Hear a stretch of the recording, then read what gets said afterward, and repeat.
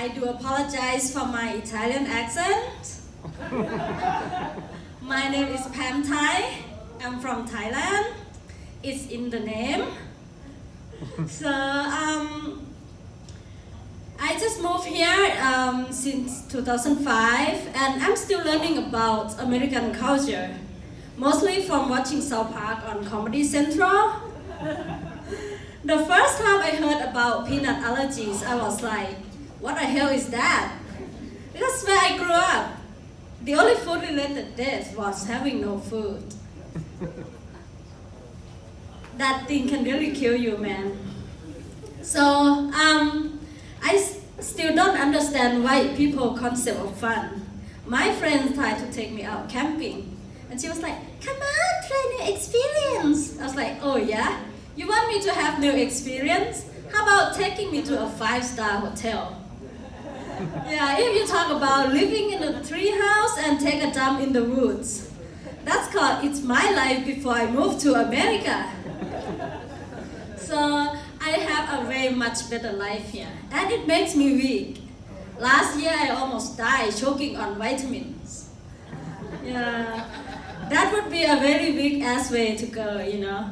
How can I tell my ancestor that I was out choking on 2 tablets of collagen? Yeah, that would be how I bring shame to my family. So, growing up with Asian parents is very tough.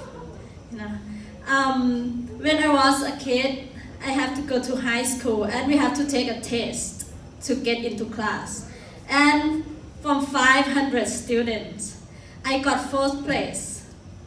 And my dad was like, how come you didn't get 1st place?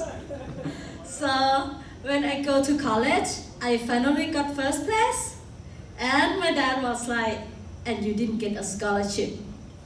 So when I came here, I went to community college for 3 years. And then I dropped out just to spite my dad. He didn't live to see it. So I just cannot catch a break, guys. A little bit of what I do. I'm a comedian and an actor, so I do something else for a living. And I don't tell people that I do tax audit representation because I don't want people to think that I'm one of the top 1% of the comedian who got that shit together. Because I don't. So, you guys believe that I can see the future? Yeah. Yeah. I know I will end up alone. And my friend was like, don't be so picky. Are you okay over there? My friend like, don't be so picky. And I was like, dude, the last guy I dated lived in a trailer. So basically, he was semi-homeless. And that's not even a deal breaker. The guy has lactose intolerance, so I have to let him go. How could he save me from a bad guy when he cannot even save his ass from a glass of milk? So don't get me wrong, okay? I'm not looking for the Iron Man. I just don't want to go out with SpongeBob SquarePants. So, I was diagnosed with bipolar disorder lately. Yeah, sometimes I'm straight and sometimes I'm gay. Sometimes I'm so gay that I fall in love with the gay guy. Yeah, but I cannot help it though because the gay guy, they dress so nice, just like they're walking out of the fashion magazine. And straight guy dressed like they got the clothes from the homeless dude. So I want to talk a little bit about my acting career. My first gig that I got was a voiceover for an animation. It's about the dinosaur. And I was like, cool, kids movie. Turns out I get to voice a dinosaur that bragging with her friend about riding another dinosaur's face. So you're not gonna want to miss this though because it's gonna be the first time you get to hear a dinosaur with an Asian accent. It probably be here illegally too. like overstay a tourist visa. Eventually, he's gonna marry a middle-aged white dinosaur guy to get a green card. So I was single. I'm single, just like 90% of the comedian. And I was on Tinder, and you know what? It's amazing that guys on Tinder have a very unrealistic expectation. That was the dude that like, I'm here for a good time, not a long time. And he was like a 4 at best. So I was like, dude, if you are a 4, you might be better off saying, I will marry you and get you a green card. Women are much better. We know what we look like. The hard one will be like, spoil me, I'm well taken care of financially.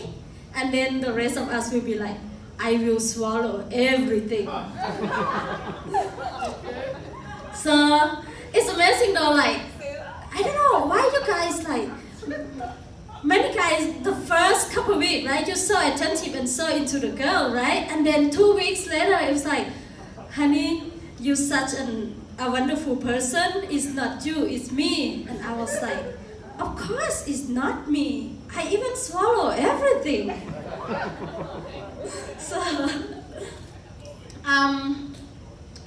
I was like, I've been doing a lot of dating, and most of it is not really successful. So I turned it into an experiment. Like, how many pilots do I have to date until I get to keep one? So far, I haven't get to keep any, and I have done almost all of the low-budget airlines. I was thinking about writing a blog sharing my experience. I will call it Sex on the Beach. It's kind of like Sex and the City, but everybody in my group is Samantha. If you don't already know, Samantha is a hoe. So, okay. All right. Alright, so I know that one of the reasons that I'm still single because guys don't like women who ask a lot of questions. Questions like, are you an asshole or you just don't know how to talk to women? When will you get your shit together? Can you please stop sending me dick pics? So I try to be a better catcher. For now, I always say yes when my guys ask for a threesome, but with one condition: I get to pick the third person. So I always pick a hot black guy. Yeah, everybody wins. Everybody wins. He get a threesome that he wanted, and I get Mr. Footlong that I wanted. So people ask me, what's my type? I don't have a type. I practice diversity and equal opportunity dating. But like, okay, it's a little bit not 100% true because you get 10 extra points if you are a hot black guy. And my friend know I love black guy, right? And then they try to be helpful. But they seem to miss 50% of the key information because the guys that they brought me, most of the time he looked like Kristen Brown from Family Guy. Yeah, where is the hot part, right? So, okay, all right. Now I forgot what is the next topic. Okay. Do you guys like Las Vegas? Woohoo! Yeah, me too. Me and my girlfriends, we love Las Vegas. We always do like girl trip every year. And every year someone always become a legend. Yeah, one year we went out and always get so wasted until like cannot party the next day, right? The year before, one of my girlfriend ended up in a wheelchair. I don't know how did she get the wheelchair because we didn't start with one. Even the Uber wouldn't take us home. Yeah, and then so the year after that, one of the girls tried to buy, girls don't drink too much and get too fucked up and then cannot party the next day. And we were like, okay, we get it.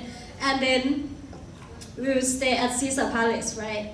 When we check in, the first thing I said, I'm not gonna flash anybody on this trip. And then so we changed our clothes, went to a pool party, and then imagine 5 girls in a teeny tiny bikini walking into a pool.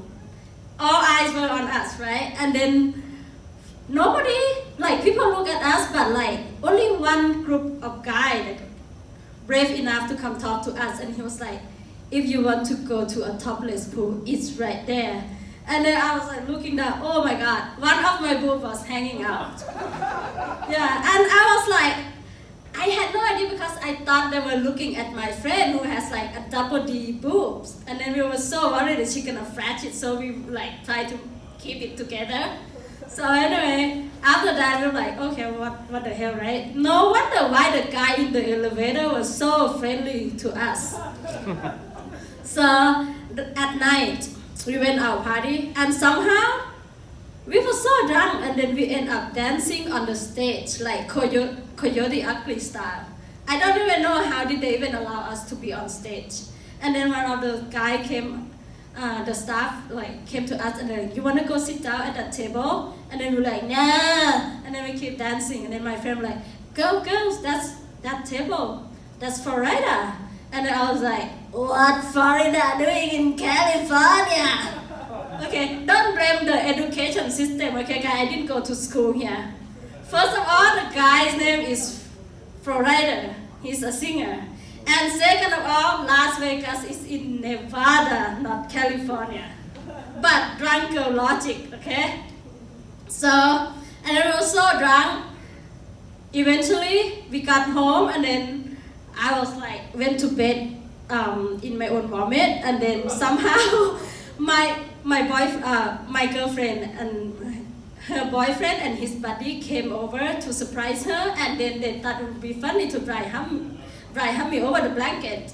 And they're just like, let's go get Starbucks. And then my friend was like, thought it was funny to videotape and show me the tape, and I woke up, I was so mad. How dare them? Started it and didn't finish the job. So, anyway, before I go, did you guys hear about the coronavirus vaccine? Yep. Yeah. Did anybody get it? You got it? Anybody else? Got it. Yeah. Not easy to get. Yeah, I know, right? What about? That's one interesting question. Anybody anti-vaccination here?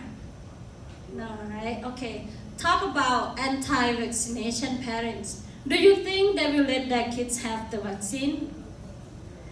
That would be very interesting, you know. But I can agree with them because I don't think vaccine is the first priority for these people. I think birth control is. So, all right, another one, educational question. It's about politics and US history. Who do you think is the best president? Anybody wanna try? Good guess. Anybody else? Lincoln. Yeah, that's right, Lincoln. Why? Because he's the one who killed the vampire. Otherwise, you guys would have been dead from zombie virus. And don't tell me zombie and vampire are not the same. White people look all the same to me. Thanks you guys for coming out. I'm Pam. Follow me on Pam Comedy on Instagram. Pam Thai, y'all. Pam Thai.